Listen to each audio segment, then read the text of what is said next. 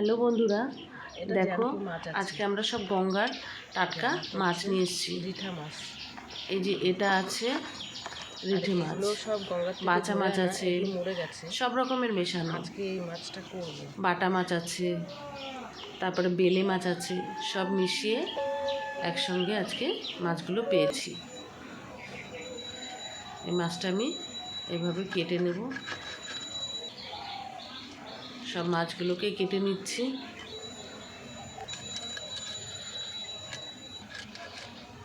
একদম টাটকা মাছ দেখো কেটে নিয়েছি। কেটে নিয়ে আমি নুন হলুদ মাখিয়ে নিয়েছি।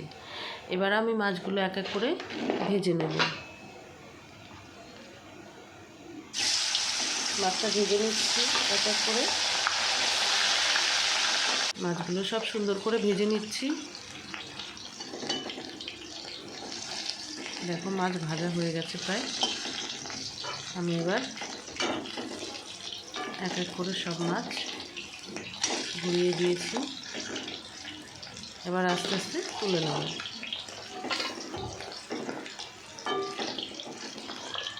এগুলো সব গঙ্গার টাটকা মাছ, তো এই জন্য আমি খুব বেশি মশলা দিয়ে করব না।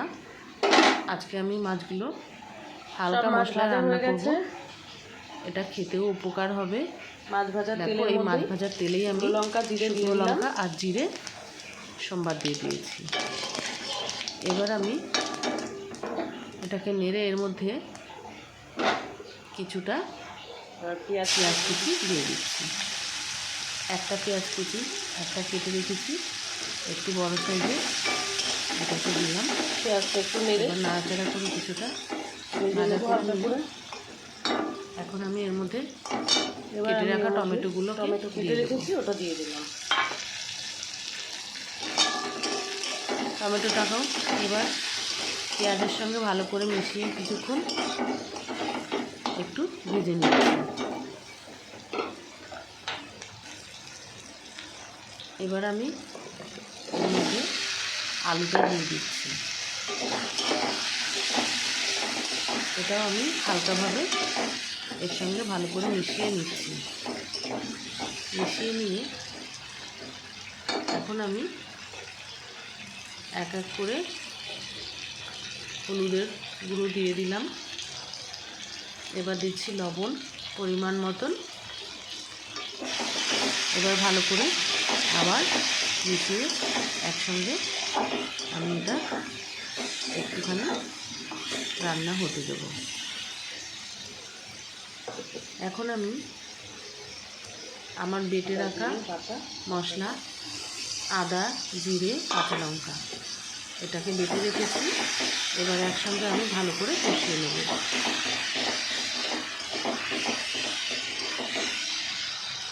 এইভাবে সব ভালো করে কষিয়ে নেব।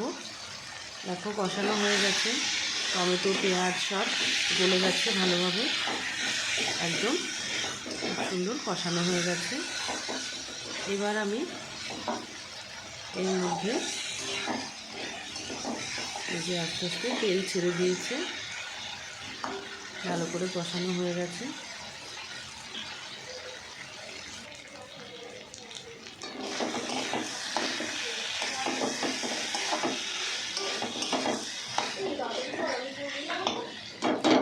মশলার আর কোনো কাঁচা গন্ধ নেই, খুব সুন্দরভাবে কষিয়ে নিয়েছি। এখন আমি জল ঢেলে দিচ্ছি।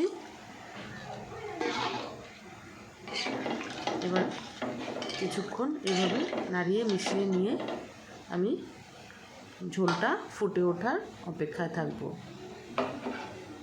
যখন ঝোলটা ফুটে উঠবে একটু, আমি এবার একটু কমিয়ে দিয়ে গ্যাসটা ঢাকা দিয়ে দেবো। এবার দেখো ভালো মতো ফুটে গেছে ঝোলটা।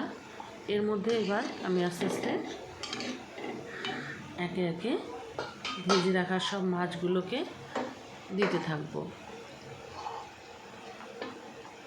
সব আলাদা আলাদা রকমের মাছ, এক একটা এক এক রকমের।